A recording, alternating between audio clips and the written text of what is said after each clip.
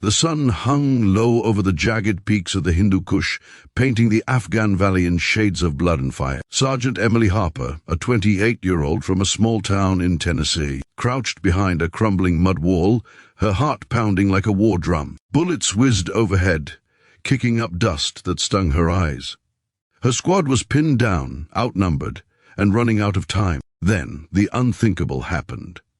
Her M4 rifle jammed mid-fire, the bolt locked tight, rendering it useless. A young private, panic in his eyes, shoved a broken rifle into her hands. A relic from a fallen comrade, its barrel bent, magazine shattered.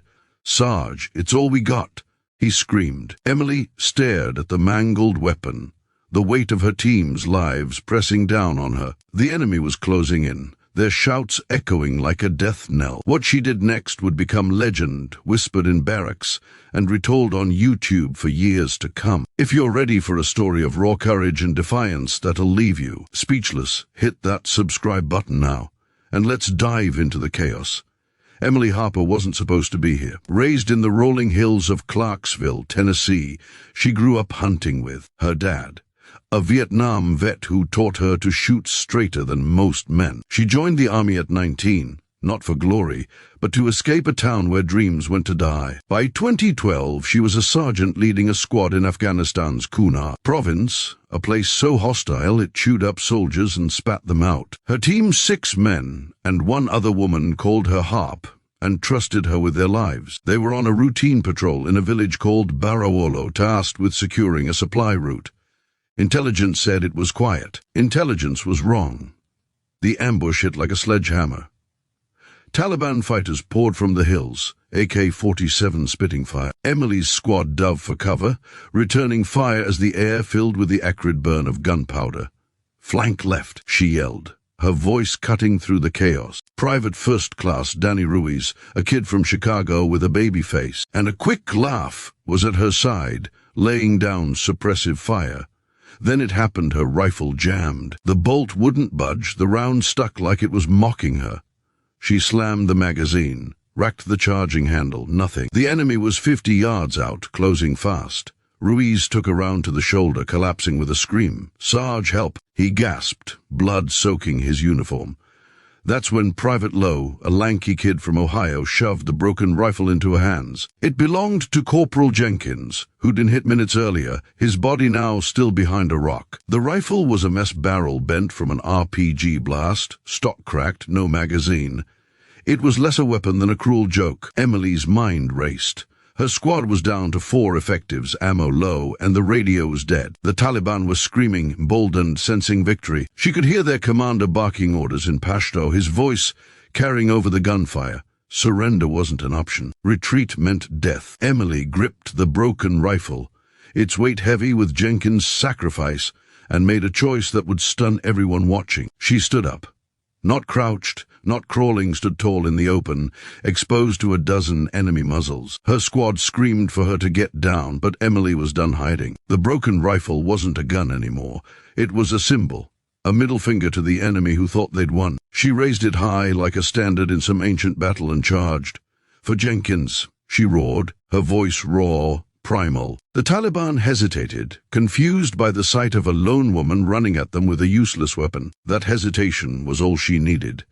Emily sprinted straight into the heart of the enemy line, her boots pounding the dirt. Bullets tore up the ground around her, but she didn't flinch. Her squad, inspired or insane, followed her lead, laying down cover fire. She reached the first fighter, a bearded man with an AK, and swung the broken rifle like a club.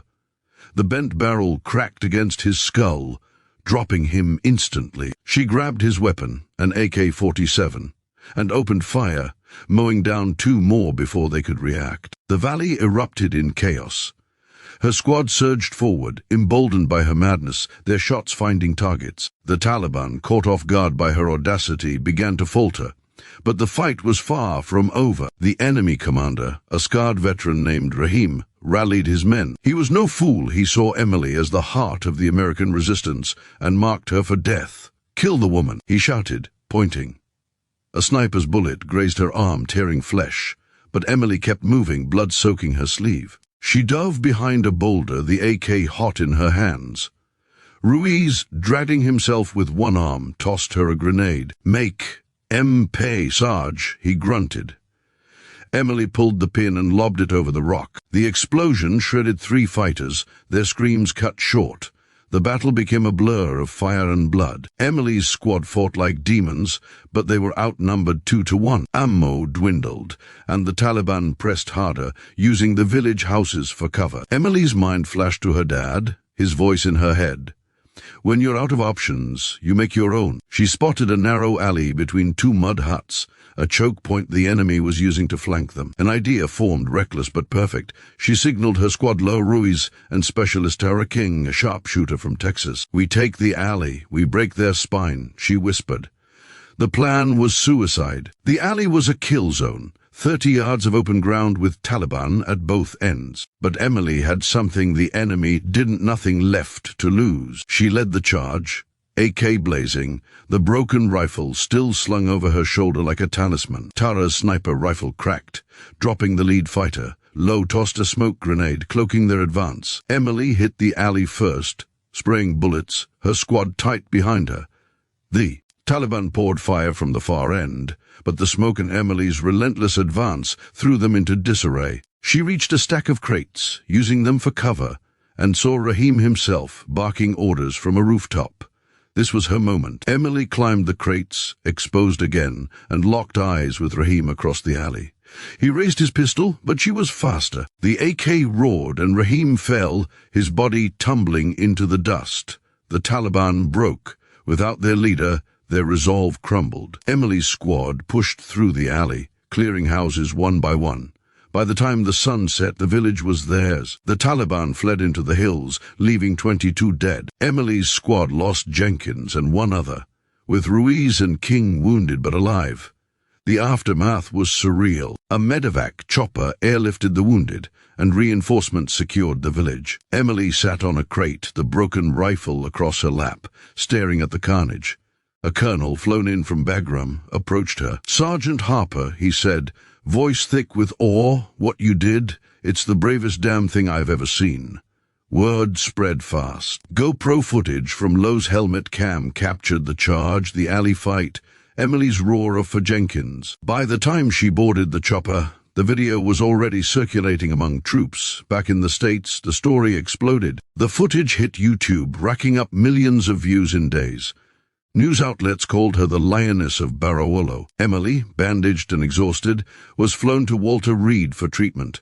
She hated the attention, the cameras, the headline. All she could think about was Jenkins, his broken rifle now a symbol of her squad's survival. The army awarded her the Silver Star, and whispers of a Medal of Honor began.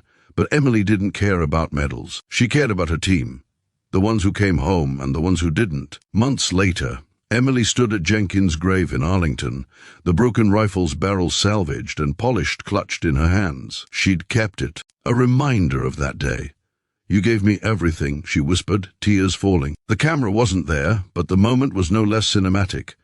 Emily returned to Clarksville a hero, but she struggled. Nightmares of the valley haunted her, the sound of gunfire never far. She started a foundation for veterans, using her story to raise money for PTSD treatment. The broken rifle became its logo, a symbol of turning despair into defiance. Years passed, but the legend grew. The YouTube video, now at 50 million views, inspired countless stories of courage. Emily spoke at schools, her voice steady but emotional, telling kids to find strength when the world hands you a broken rifle. She married Tara King, the sharpshooter who'd had her back in the alley, and they built a life in Tennessee, quiet but fierce. The valley of Barrawolo faded into memory, but Emily's charge never did. It was a moment when one woman, handed a broken weapon and a hopeless fight, chose to rewrite the rules of war. And that's the story of Sergeant Emily Harper, a small-town girl who stunned the world. From the dust of Afghanistan to the hearts of millions, she proved that courage isn't about the weapon you hold, it's about the fire inside you.